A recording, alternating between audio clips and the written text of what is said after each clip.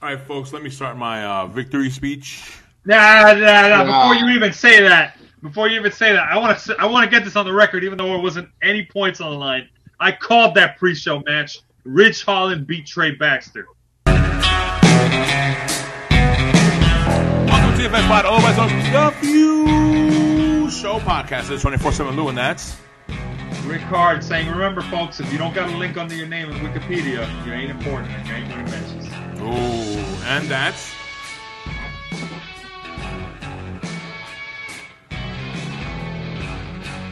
oh wow, silence. I want the suspense. I want the suspense because I'm still upset. The one-man band, and all I gotta say is, oh, jeez. Jeez, I feel like that was like Chris Jericho's 2012 return. Literally. No, was it 2012. It was 2012. The silent protagonist. Yeah. Literally, that's how I felt. All right, so folks, welcome to FS Pod, the Free Show podcast. Number one show in the world, number one show in your heart, number one show everywhere you are. So yes, we are talking about NXT TakeOver 36, which I have to say one thing before we start this. If you bought tickets to go to Vegas and you saw SummerSlam on Saturday, I saw an interview from, is it Nick Khan, the WWE president, saying that, you can now stay on Sunday and hang out and check out the stuff on Sunday. And then on Monday, you can watch Raw. So you have a good weekend out in Vegas. I'm like, wait a minute. What about NXT TakeOver? Like, these shows are big. These shows are big. They used to be bigger than the actual whatever show was the one leading on Sunday. But no. I think he meant since they take place at different venues, Lou, to be fair. But I don't think he was trying to bury NXT, but I see your point. But what I'm saying is that they should have had them in Vegas also and not back at the the Capitol Wrestling Center having NXT TakeOver. That should have been in Vegas, and that would have been a full arena. That's all I'm saying. Not the football stadium, but like one of the basketball arenas like they usually have it. So so that's my little gripe with NXT TakeOver 36. But the rest of it was great. But before we go into that, the one-man band, give everyone's favorite line. Rick Hard, get the scoreboard. I feel that tremendously because unfortunately the score is Lou with double-digit points. Yeah. 10 points for Lou in the lead. You got one-man band still behind them at 7 points. Yeah. Myself at number 5 in 5 points. Ooh. I'm wearing my pants. My nice Levi's. Nice and snug. Just stop. Jay Fuse at 3 points. He holds the rank of 4th place. The randomizer at 2 points. Tied for 6th place is Big Al and recent newcomer and winner of SummerSlam, Ismail. And then everyone else is at 0, including Bogan. Ego. And that, folks, much like Adam Cole's career in NXT, is it. Oh. Set. That's the scoreboard. We'll get that. We'll get to that very soon. So let's go with the first match that we had of the night. LA Knight versus Cameron Grimes. Okay. Anybody want to cover this match? Because it was kind of straightforward. Cameron Grimes. Yeah. By the way, the picks are pretty clear cut. Also, I believe no one picked LA Knight except for the randomizer. Yeah. Which was a good way to eliminate the kiddie table, as we like to call it. Yep. All right. Next match we had. Then we had Raquel Gonzalez versus Dakota Kai. Yes, I had to find my place. Mm-hmm. Aside from being 3rd place, I mean. Oh, man, you're doing it for me. Thank you. Shut up, Lou. So you had Raquel Gonzalez pretty much dominate Dakota Kai. Yep. And once again, the split was pretty clear cut. Only the randomizer went with where is it? See, I can't even. There you go. Only the randomizer went with Dakota Kai on this Yeah, one. it was Everybody else also went with Raquel Gonzalez, including JFU. JFU had pretty solid picks here. Yeah, it did. Not enough. And then we hit the halfway match of the show, which I disagree with, and JFU would also disagree with if he were here, which was Walter versus Ilja Dragunov, Yes. who, might I say, has an amazing theme song. But, well, go ahead. Somebody else talk about the match. I don't want to bring back memories. Bring back memories. Oh, wait a minute. Yeah. The wrong person won. Oh, Let's yeah. just say it. Somebody picked Walter. Yeah, no, I picked Walter, and so did JFU, by the way. Mm-hmm.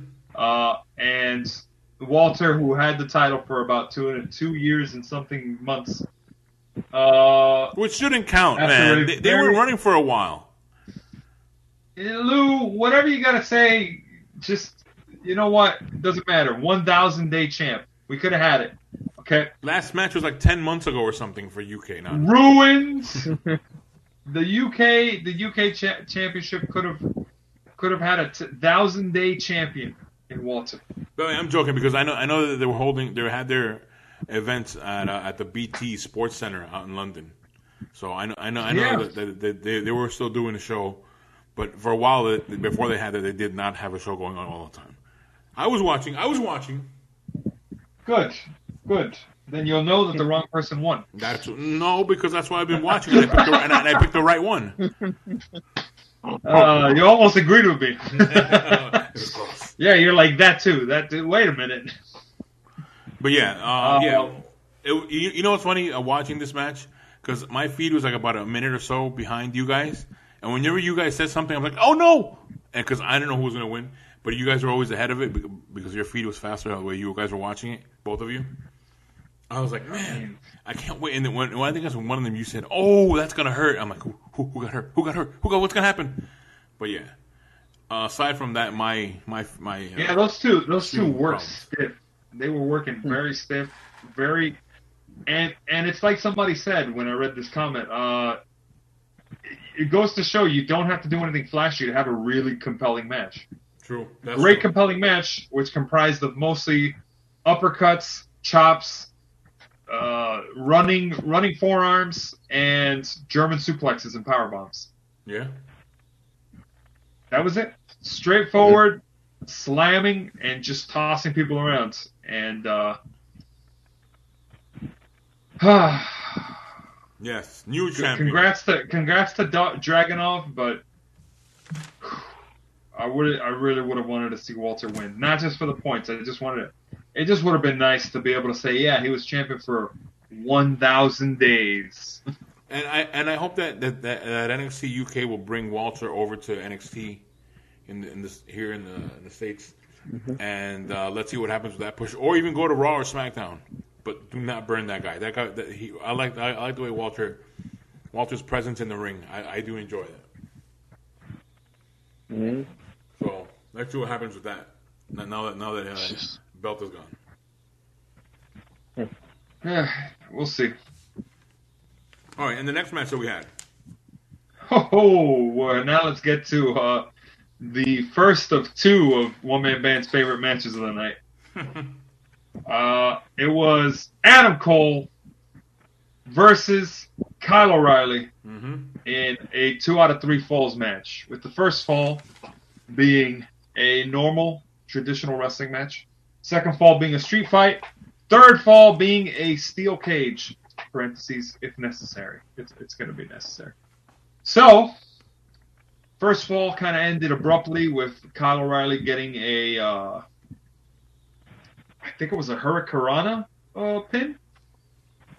It was either a Hurricanrana or a victory roll, but basically he got a surprise pinfall win over Adam Cole in a traditional match. Mm-hmm. And then Adam Cole just completely took over in the hardcore street fight match. Mm-hmm. And you saw a bunch of spots where he targeted Kyle O'Reilly's back with the chair. Mm-hmm. And if I'm not mistaken, Kyle O'Reilly was selling the fact that he couldn't really breathe well. throughout most of that match. And then at the end of it, you just saw Adam Cole get the pin after Panama Sunrise?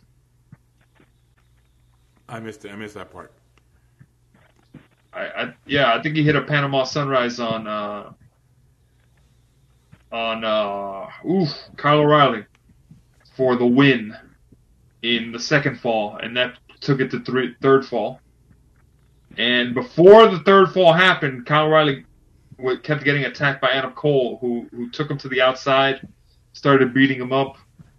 They brought them back into the ring. Steel cage was implemented, and here goes the screwy finish that actually saw Kyle O'Reilly get booed at the end of it. So a lot of people were agreeing with One Man Band on this. Kyle O'Reilly gets handcuffed to the top rope on one side of the cage. Adam Cole could have easily climbed out. Instead, he decides to super kick Kyle O'Reilly in the face. Kyle O'Reilly rolls into the inside of the ring, not against the cage. Adam Cole goes for his second super kick, and he puts him in the heel hook. And I want to say after about a minute, maybe less, Adam Cole tapped out. And that was the finish. Yeah, it was an ugly way for Adam Cole to lose that one. One Man Band, your thoughts? Shit, There you go. That's I have no comment. I'm still reeling. This point was stolen from me. No comment. That's not what you said in the chat. Oh, yeah. I amend my previous statement. If I remember correctly, well, no. Actually, you said this after the next match, so I guess I could hold off on saying this. Yeah. It was But I do recall definitely a comments being made after the first match. But yeah, in the predictions battle, this was interesting because we both picked opposite picks on this one and the next one. The One Man Band. Yep. So by the time Kyle O'Reilly got the win, it was very clear that Lou was at least getting a point. It was just a matter of whether or not One Man Band would tie him up. So this could have gone one way that he wins it, or another way that I win it. So unfortunately, it came out this way. So, but let's go to the next match. Yep. Because at this point, it was essentially just either Lou wins by himself or Lou wins with someone else alongside. Because Jay Few was eliminated from the running at that point. I was eliminated because I had the same picks as you, Lou. Jay Few had picked Adam Cole also, and he picked Walter, so okay. He had too much of a score gap to overcome. So final match: Samoa Joe versus Karrion Kross. And well, yeah, Samoa Joe didn't make, if I'm not mistaken, Samoa Joe. How did he win again? Let me see. I don't think it was by submission. By pinfall, yes. He hit the Muscle Buster. Yes. I specifically remember Karrion Kross did not tap out, which was my fear going into this. I had picked Samoa Joe, but I said, gosh, I don't see a way that Samoa Joe can win without making Karrion Kross look really bad if he puts him to sleep. Oh, yeah. So Samoa Joe won in the same amount of time that it took Raquel Gonzalez to beat Dakota Kai, interestingly enough. Oh, wow. 12 minutes and 24 seconds. To the second. No Scarlett, by the way.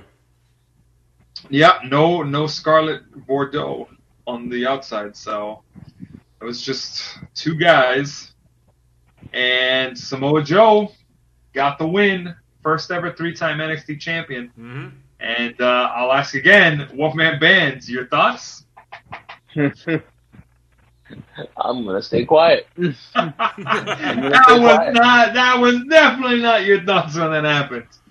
You were like, your exact comment, if I'm not mistaken, in the chat was, "What the heck is WWE doing?" Yeah. And I remember saying, and I remember chiming in and I said, "That's exactly what I said when Walter lost."